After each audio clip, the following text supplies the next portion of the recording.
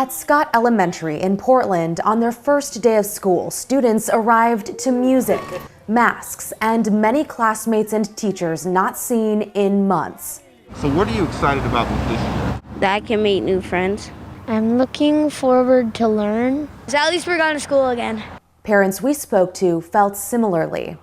I'm just excited for him to be back in the classroom with his teachers and peers. And we're excited to get back to something that resembles normal. So he's gonna wash his hands, he's gonna keep his mask on, and he's gonna stay away from people as best he can. But I want him to still also be a child. This is the first time kids will be learning in person full-time since the pandemic started, and things will continue to look different. From masks to eating outside for at least the first 6 weeks of school, weather permitting, to maintaining 3 feet of distance to the extent possible. But some teachers are worried. We have some situations where we literally cannot seat kids 3 feet apart from each other because we have too many students in a classroom. In several of the high schools now, we have far more students than the building capacity really fully supports.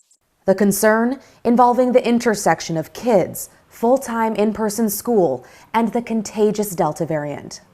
Not only am I worried about kids coming in and contracting it themselves, but we have kids who are going home to multi-generational families. It seems like it's more dangerous now to be in person than it was back in March. Even though we have some students who are vaccinated, not all students are vaccinated. We're taking chances with children's lives. They say some teachers want the district to consider moving to hybrid learning. The district has said it's working closely with local public health experts. Superintendent Guadalupe Guerrero says he knows it's a new era, opening schools in the midst of an ongoing pandemic.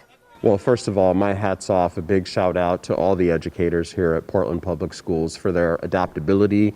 At all grade levels, our teachers are really going to have to work with our students to make sure to reinforce many of those health and safety strategies that we know are going to be important to minimizing any disruptions to learning.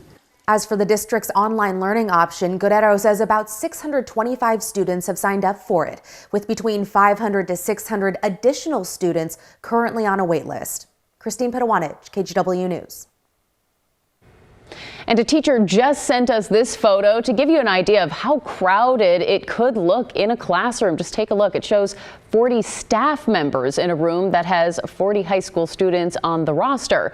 Portland Public has said if 3 feet of distance can't be maintained, furniture can be moved or teachers can switch rooms.